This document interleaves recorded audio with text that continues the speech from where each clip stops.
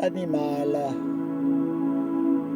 Il est une parole muette, plus ancienne que les langues, plus pure que les écritures.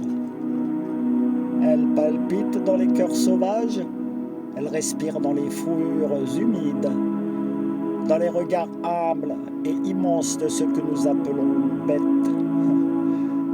Mais ils ne sont pas bêtes, ils sont les témoins silencieux d'un monde que nous avons trahi, les fragments vivants d'une mémoire sacrée que nous avons oubliée. L'animal ne parle pas, il prie. Son corps est un psaume. Chaque battement de pattes, chaque vol d'aile, chaque brame, chaque cri nocturne. Tout cela est liturgie. Il n'a pas besoin de temple, la forêt est sa cathédrale, la plaine est un autel et le vent est incantation. Il ne cherche pas le divin, il est en, il est avec, il est le divin.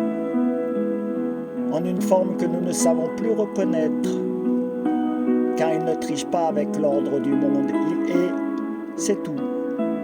Et cela suffit pour toucher le sacré. Regarde le cerf debout dans la brume comme une apparition druidique, bois levé vers le ciel comme des branches d'offrande. Regarde la chouette, gardienne des nuits, qui sait ce que tu ignores et qui te juge sans te haïr. Le loup, frère de l'ombre, suit les pistes que ton cœur a désertées. Et même la plus infime des créatures, l'insecte, l'escargot, le ver qui creuse la terre, tous savent leur place, tous jouent leur note dans la grande symphonie du réel. Toi, tu t'agites, eux, ils chantent.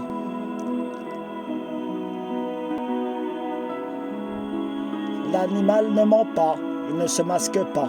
Sa cruauté quand elle était là est franche et sa tendresse sans calcul. Il ne pactise pas avec l'orgueil, il n'exploite pas, il n'accumule pas, il ne détruit pas au-delà de sa faim. Il vit.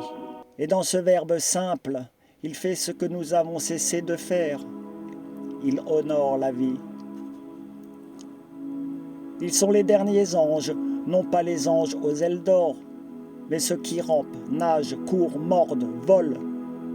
Ils sont les archétypes d'avant l'homme, les modèles que Dieu façonna quand il rêvait encore. Le chat, sphinx domestique, garde les seuils du mystère. Le cheval, tonnerre incarné, est frère du vent. Le dauphin, messager d'onde, porte en lui une sagesse que l'océan garde jalousement. Et nous,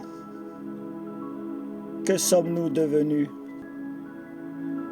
Dévêtus de notre humilité, nous avons prétendu au sommet, mais ce sommet est sec, vide, coupé de la source, car nous avons voulu dominer ce qui n'était là que pour nous rappeler à la justesse.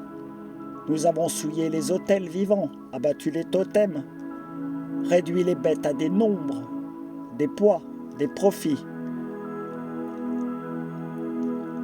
Et pourtant, malgré nos coups, nos pièges, nos cages, ils survivent, ils endurent, ils veillent. Le chien dort à tes pieds, mais son âme est debout. Le corbeau regarde de haut, car il sait ton oubli. Le renard glisse entre les mondes comme un chaman. Le serpent médite dans la chaleur du roc. Et l'éléphant, noble mémoire, porte les secrets des temps que les pierres elles-mêmes ont cessé de raconter. Le caractère divin de l'animal n'est pas dans son exception, il est dans sa présence. Il n'a pas besoin de miracle pour prouver son caractère divin. Il est le miracle, un être qui vit en lien direct avec l'origine, sans honte, sans vanité, sans fracture. Il est une prière incarnée, un Dieu sans ego. Alors, baisse la voix, déchausse ton esprit et approche-toi d'eux avec respect, comme tu le ferais d'un feu sacré.